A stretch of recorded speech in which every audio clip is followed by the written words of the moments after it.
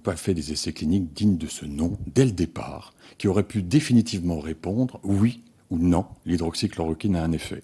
Pourquoi vous êtes-vous cantonné à des publications que vous êtes... Je connais tous vos travaux sur les rickettsia, je connais vos travaux sur les maxivirus, etc. Donc je connais votre science bien établie.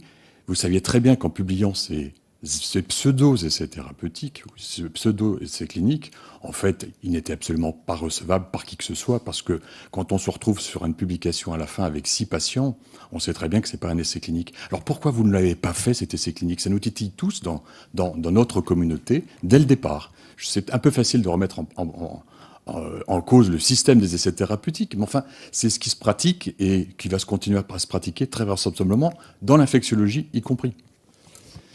Non, je suis pas d'accord avec ça. D'une part, ce que nous avons fait, c'est ce qui se fait de plus simplement, c'est-à-dire quand on fait un essai thérapeutique, si vous voulez, quand les choses deviennent significatives, c'est de l'éthique basale, hein, et l'éthique n'a rien à voir avec la méthodologie, c'est deux choses distinctes.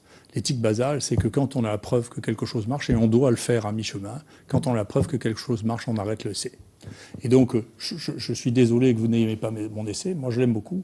Et je trouve qu'il a toutes les bases d'un essai, de la seule manière de faire des essais, qui est de faire des essais comparatifs et d'avoir une différence significative. Et contrairement à ce que vous dites, et ça, alors là, je m'excuse, mais alors c'est une erreur radicale. Moins il y a de gens quand c'est significatif, et plus c'est significatif. Quand vous avez 10 000 personnes, vous êtes obligé d'avoir 10 000 personnes dans un essai pour monter une significativité, c'est qu'il n'y a aucune différence. Parce que je vais vous dire, il y a 15% des gens qui ne prennent même pas les médicaments qu'on leur prescrit. Donc quand vous cherchez des différences de 1%, vous n'êtes plus dans la médecine, vous êtes dans du fantasme méthodologique. Donc tout essai qui comporte plus de 1000 personnes est un essai qui cherche à démontrer des choses qui n'existent pas. Et je suis désolé, c'est une base de la statistique, et je vous assure que je suis un très bon méthodologiste.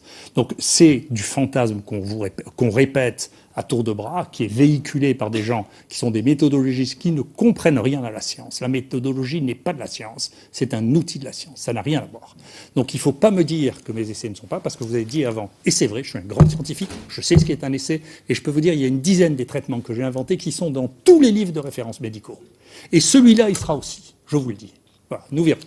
Mais je peux vous dire, et il faut arrêter, il faut les regarder, les livres médicaux, il faut regarder en maladies infectieuses combien il y a d'essais, combien il y a de thérapeutiques qui sont utilisées actuellement, qui ont été basés sur des essais randomisés, et vous verrez, il n'y en a pas beaucoup, et le peu qu'il y a était, en particulier pour le sida, totalement inutile, parce qu'il suffisait de faire des charges virales. Donc c'est pas vrai, c'est de l'intox, c'est pas vrai, ça disparaîtra, comme c'est apparu il y a une vingtaine d'années, c'est de l'intox. Je vous suggère d'ailleurs, plutôt que vous avez qu'à le lire, parce que c'est intelligent, sur la version de Wikipédia en anglais, vous avez qu'à lire, vous verrez qu'il y a la moitié qui dit voilà, il faut faire des essais randomisés, l'autre moitié qui dit voilà pourquoi il ne faut pas en faire.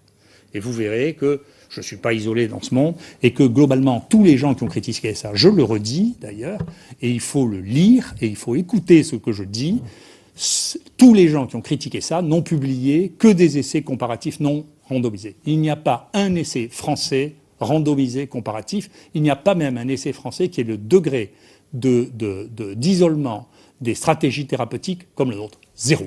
C'est que des gens qui, dans les hôpitaux, ont traité un peu comme ils voulaient, et à la fin, on dit regardez comment on compare. Donc, il ne faut pas mettre les choses à l'envers.